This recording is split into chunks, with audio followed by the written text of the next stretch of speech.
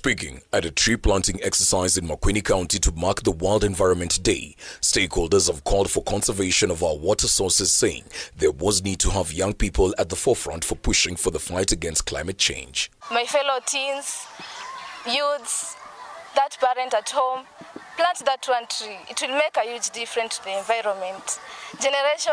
Generation restoration, together we can. Intending to plant across at least the next 18 months to plant 130 fruit and agroforestry trees. In Mombasa County, where plastic waste continues to cause sea and water pollution, environment stakeholders led by Mombasa County CEC for Environment, Pauline Oginga, have reiterated the need to enhance efforts towards the fight against water and plastic pollution for the purposes of conserving the environment. Tunajua fika kwamba hizi vitu vya plastiki vinaua, especially marine, kwa sababu ni vitu ambavyo haviozi wala haviwezi kuharibika.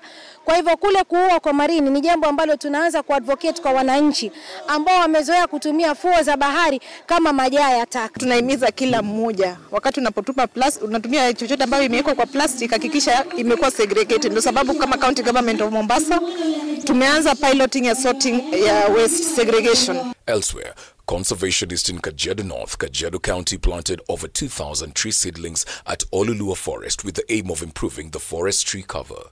Here, this is a part that originally was grabbed, and as you can see, we are still having activities going on for the last 2 years, planting more indigenous trees to better the forest and to bring it back to where it was as it was before. It's also a moment for us to reflect and see the action that we have done in the last 50 years. Every year since 1973, people have planted trees, people have gone out to create awareness, but the degradation still continues. Maybe we need to think about a new way of doing things or do it in a different way so that we can actually be able to create a change, because the continued degradation of the environment undermines our own livelihood. In Nairobi County, Women Rep Esther Basaris spearheaded a tree planting initiative in Kamulu, emphasizing the importance of environmental sustainability. Additionally, Basaris expressed concerns over population growth and resource scarcity, urging Kenyans to prioritize family planning. Tuko na program ya NGAF ya kupanda miti. Sisi tulisema kama komiti ya NGAF Nairobi hatutapanda miti kupanda miti. Tutapanda miti ya matunda. Tupange kizazi. Wajua kuna wengine ambao wanawaambia muzae kwa sababu wanataka kura. Na sasa ile mnateseka hawajui.